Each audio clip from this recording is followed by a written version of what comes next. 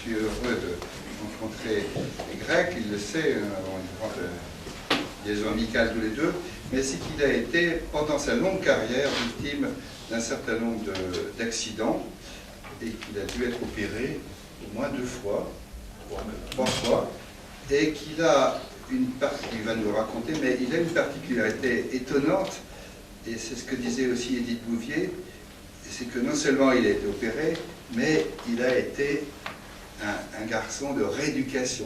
Il a fait la rééducation, de l'auto-rééducation et encore de la rééducation. J'ai eu la chance, on va dire, de passer dans des mains expertes. Après, là, comme tu dis, après je me suis donné les moyens aussi pour revenir, notamment pour exercer mon métier au plus haut niveau. Mais je pense que la base de tout, c'est déjà la confiance. J'ai une confiance. Je me connais bien, mais j'ai eu la chance de vous connaître aussi, vous les chirurgiens. Et donc j'ai eu confiance en la chirurgie française, aux hôpitaux français.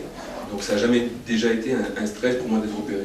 C'est pour ça que ça a toujours été un vrai plaisir d'échanger avec de grands chirurgiens, parce que tu apprends un peu plus de la mécanique, tu apprends un peu plus sur toi, et tu t'aperçois qu'on peut l'utiliser bien plus fort que ça, quoi. Donc voilà, je crois que je suis là pour témoigner juste et pour un remerciement. Mais c'est vrai qu'à chaque fois, ça a été des contacts déjà chaleureux à la base. C'est ce qui est aussi, je pense, très important. C'est qu'il y a un côté humain qui entre en compte, qui est fondamental pour moi. Et puis je vous dis, une fois que vous avez la confiance, vous y allez, hein. Moi, c'est du plaisir. Ouais, c'est tout le plaisir d'opérer des Ferrari. On sait que quand on en armée, à peu près, ça va. Il faut côté un peu plus tendre les 3 opérations de les ligaments, j'ai le poignet. Ah oui, les poignets. Et le poignet, oui. À Saint-Étienne, Lyon. Le poignet qui a bien souffert aussi. Ah oui, oui. On rigolait de ça tous les deux parce qu'il a une opération du poignet qui fait qu'il a un poignet très stable. C'est ma plaisir, je le vois. Et donc, on disait dans les commentaires, formidable. Main ferme. Main ferme. J'avoue que j'ai lorgné longtemps toute ma carrière de voir un jour un journaliste me dire qu'il n'avait pas la main ferme. Parce que je vais vous montrer. Voilà, ça c'est un poignet normal, et ça c'est le mien. Donc je ne vais pas plus loin. Et donc ça c'est de ce côté, et moi je ne vais pas plus loin que ça. Donc, et là on pouvait les tirer. Vous imaginez que, et puis vous pouvez y aller, hein, ça, il ne bougera pas. Donc à bout portant, ça ne passe pas. Je crois que la cheville a été vraiment quelque chose d'assez incroyable dans la douleur à la reprise. Juste le fait de devoir réapprendre à marcher. Ça, c'était un truc... je me souviens d'avoir...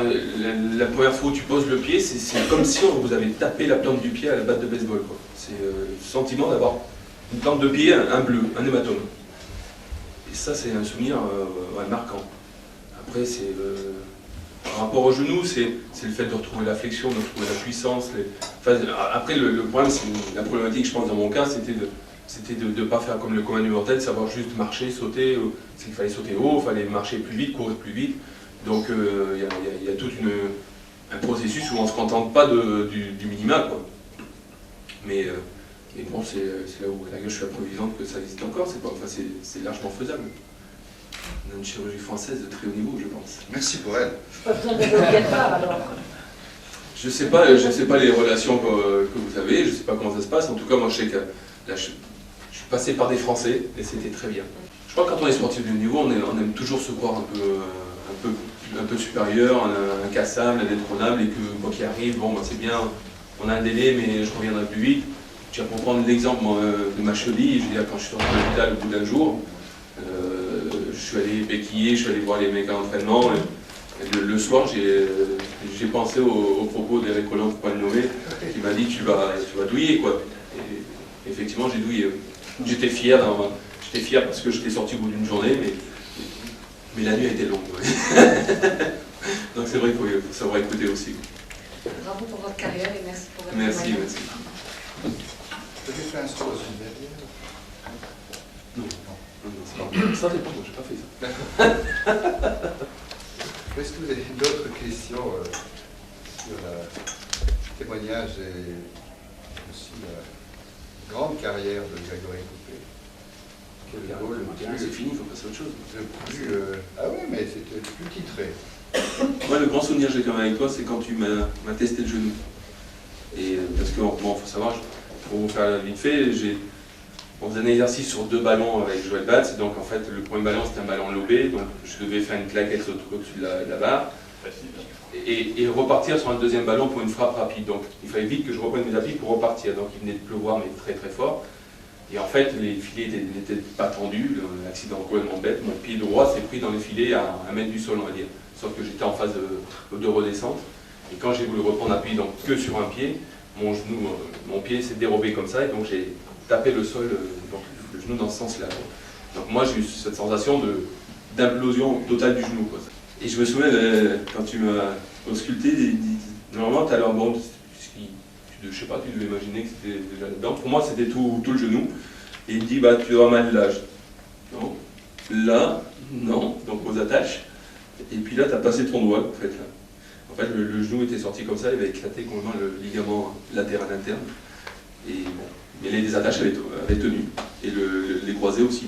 Donc au bout du compte, on va dire que ça a été pas si grave, on va dire, que ça.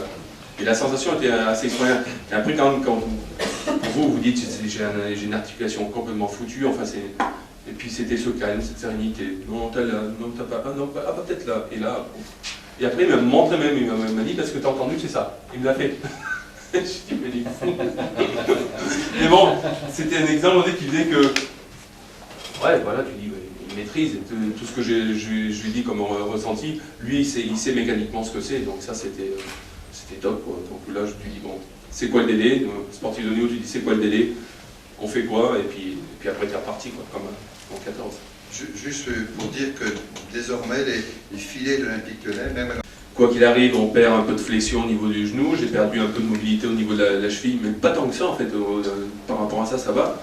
Ce qui est très dur, c'est de retrouver la tonicité, en fait. Hein. Moi, notamment pour ma cheville, ce qui a été le plus dur, c'est ça, tu fais de la corde à sauter, c'est cette fatigabilité de la cheville, ce besoin de retrouver cette sensation de sautiller, sauf que quand tu as été, on va dire, bien blessé comme ça, c'est moins évident. Donc, ça t'amène à te poser plein de questions, et je pense de bonnes questions, pour essayer de t'adapter. Moi, c'est là aussi où j'ai découvert énormément de choses, de techniques, soit de karaté, de relaxation, enfin, tu t'ouvres à plein d'autres choses, en fait, pour essayer de compenser.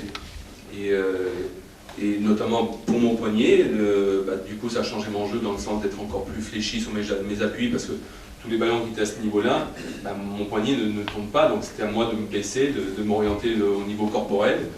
Donc c'était toute une adaptation qui était géniale, mais en même temps ce qui est top, c'est de te dire, je suis peut-être un petit peu handicapé, mais je suis capable de faire plein de choses encore, donc ça c'est... et puis de le prouver, et limite d'être encore meilleur que des valides. C'est le message, quelque part, il est là, c'est que si vous avez confiance dans la chirurgie, si vous avez un petit peu confiance en vous, si vous avez un peu d'huile de coude, vous n'êtes pas mort, hein, loin de là. Hein, on peut s'adapter, le corps, enfin je pense que le corps est vraiment bien fait par rapport à ça.